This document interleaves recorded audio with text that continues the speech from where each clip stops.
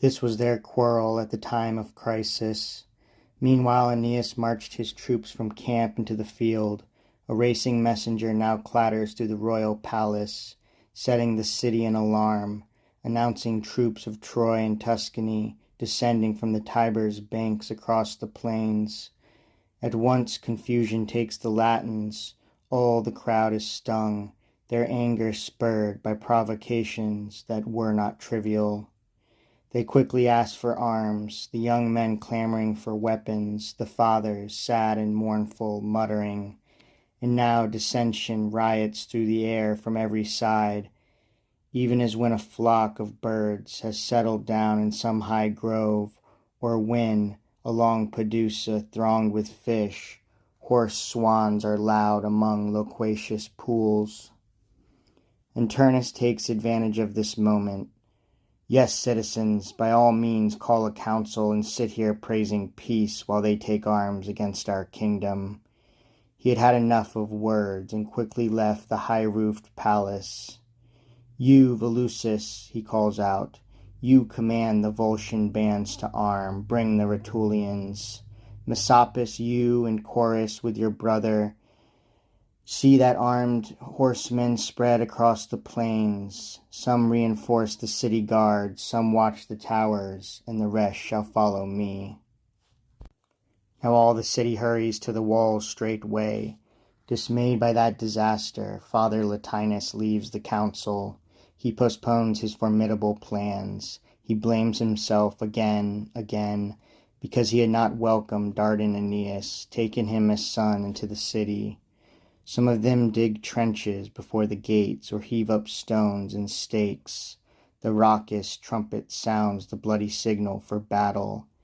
Boys and women, in a motley circle, are ranged along the walls. The final crisis calls all. And Queen Amata, too, with many women bearing gifts, is carried into the citadel, Minerva's temple upon the heights. At her side walks the girl, Lavinia, the cause of all that trouble, her lovely eyes held low. The women follow, and they perfume the altars with the smoke of incense, and their voices of lament pour from the shrine's high threshold.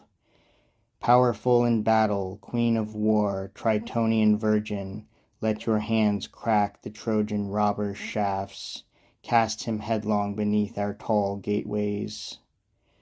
Turnus, as quick as any, girds himself for battle. He puts on his red gold breastplate and bristles with its scales of brass. He wraps his legs in greaves of gold. His temples still are bare. His sword is fastened to his side, gleaming with gold. He hurries from the high fortress. He is delirious with courage. His hope already tears the enemy.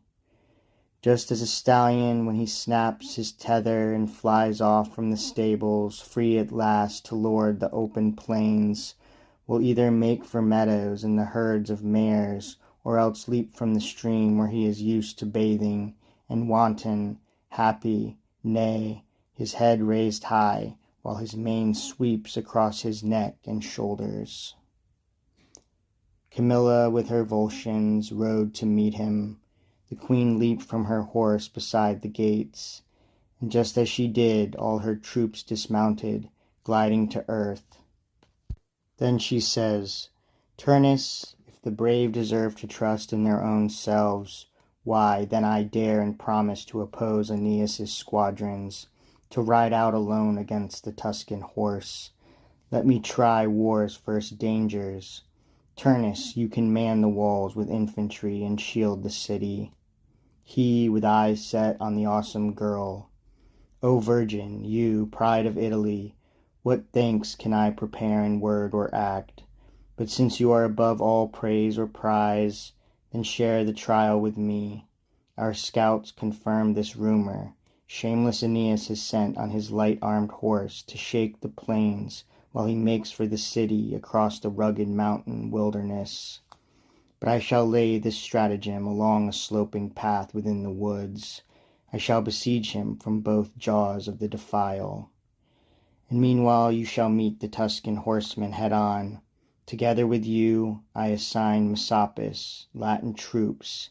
Tiburtus's squadron, and you shall be their chieftain. After this, and with like words, Turnus encourages Messapus and the other allied captains. Then he himself moves out to face Aeneas.